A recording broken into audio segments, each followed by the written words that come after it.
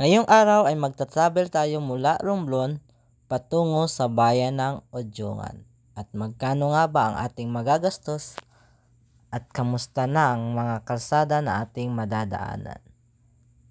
Kaya tara, samahan niyo ako sa ating paglalakbay mula dito sa Romblon papunta sa bayan ng Odyongan gamit lang ang motor. Let's go!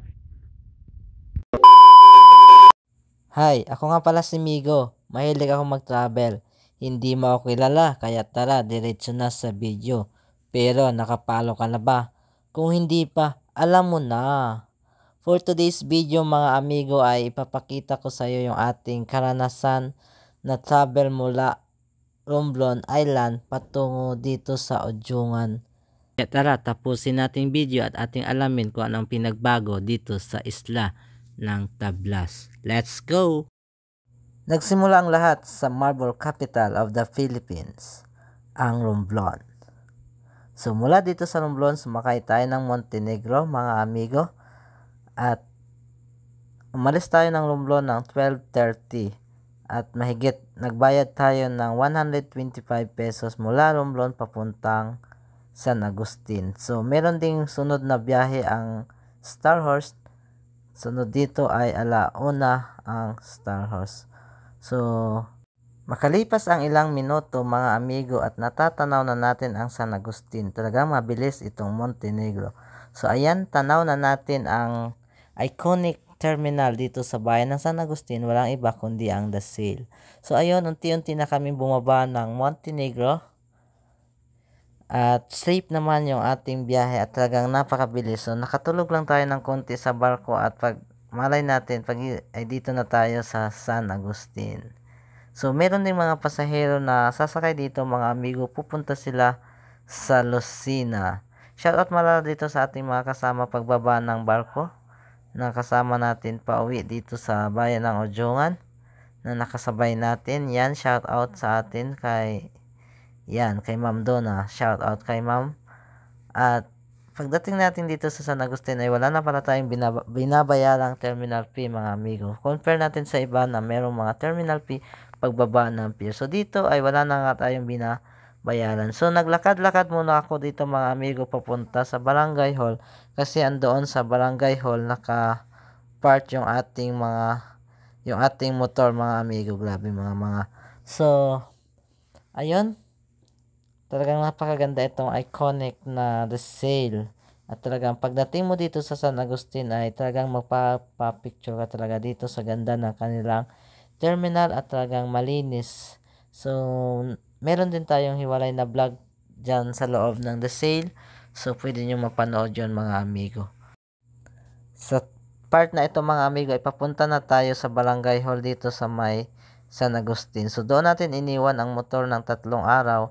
At ang singil pala nila sa bawat araw ay 30. So sa 3 araw ay nagbayad tayo ng 90 pesos. So safe naman ang motor doon kasi merong CCTV mga amigo. So hindi ko na dinala ang motor papuntang Romblon kasi saglit lang naman ako sa Romblon. At that time papunta ko ng Romblon, ang sinakyan ko ay bangka. At pagdating sa bangka, 800 pala ang bayaran ng motor. Mula dito sa The Sail Terminal mga amigo ay nag-travel na tayo papuntang Barangay Cagbuaya. At mula bayan ay makikita natin na napakaganda ng kalsada dito sa bayan ng San Agustin. So ito is espalto na rin at merong mga solar lights at talagang maliwanag na paggabi. At talagang napaka-smooth na mag-drive dito mga amigo. So ito pala yung tulay papasok ng bayan yan mga amigo. At paglampas dito ay makikita natin na patuloy na ginagawa at tapos na rin itong asfalto na ginagawa mga amigo. At talagang napakaganda na mag road trip dito sa San Agustin mga amigo. Shout out nga pala sa ating mga followers at nanonood sa ating vlog na mga taga San Agustin. At sa mga hindi pa naka-follow sa ating Facebook page ay paki-follow na lang. At meron din tayong YouTube channel.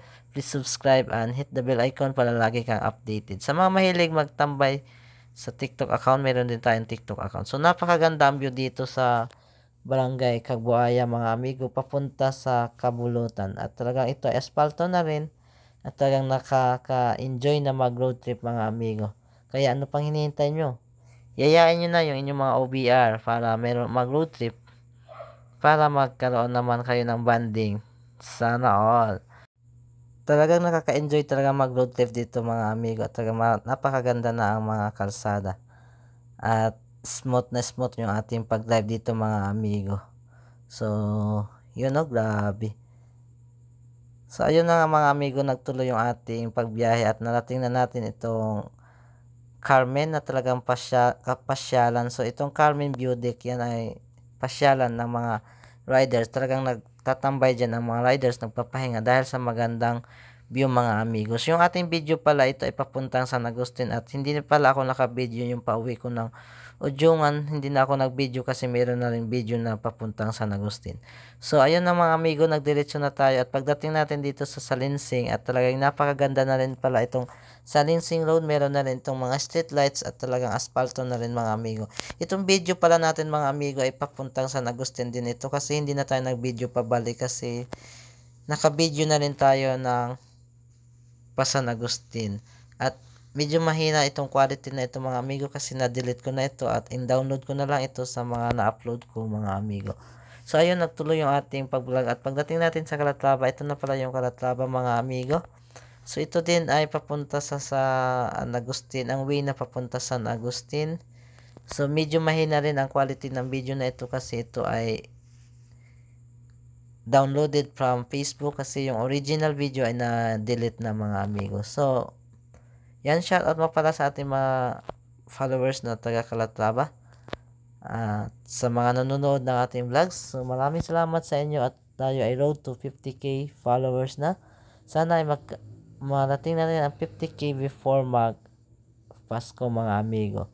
So, always ride safe lang tayo mga amigo. So talagang napakaganda ng kalsada dito sa Calatrava. So ayan, San Roque na tayo mga amigo at nagdaanan din tayo sa Balogo mga amigo. At pagdating dito sa Adpudlos ay napakaganda na rin ang kalsada. So ito pala mga amigo yung boundary papuntang Calatrava. So ito yung time na papunta tayo ng Lumlon. Hindi na tayo nakapag-video pabalik ng Ujungan mga amigo kasi meron na rin tayong video dito. So kaya inulit ko na lang mga amigo. So ito na, paalis na tayo ng Adpudlos at pagdating natin dito sa Calunacon, yan mga amigo, Calunacon, at yan, nandito na tayo sa San Andres. Welcome to San Andres mga amigo. At napakaganda na rin ang kalsada dito sa San Andres. Sa Linawan ay meron na rin aspalto mga amigo. So shout out po sa ating mga followers na taga San Andres at sa mga nanonood ng ating mga vlogs mga amigo. At sa mga vlogger natin dyan na taga San Andres, no? Shout out po sa inyo.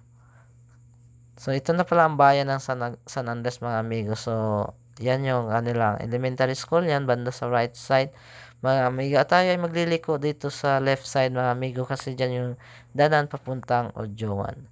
So habang nag-chill ride tayo dito sa San Andres mga amigo ay meron namang masamang nangyari sa atin pagdating ng Paniki mga amigo.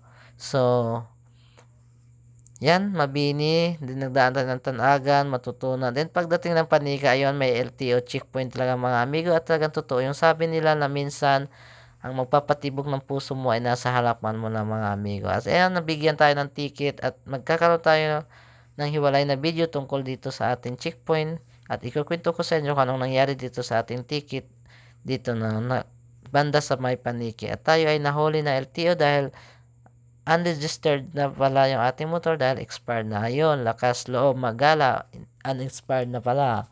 So, ayan, nagtuloy yung ating biyahe mga amigo. Yan, dumana tayo sa Libertad, Tumingad, sa Gabawan. At pagdating ng Gabawan mga amigo ay talagang napakaganda na rin ang mga kalsada at totoong at talagang aspalto na ito hanggang bayan ng Ujungan.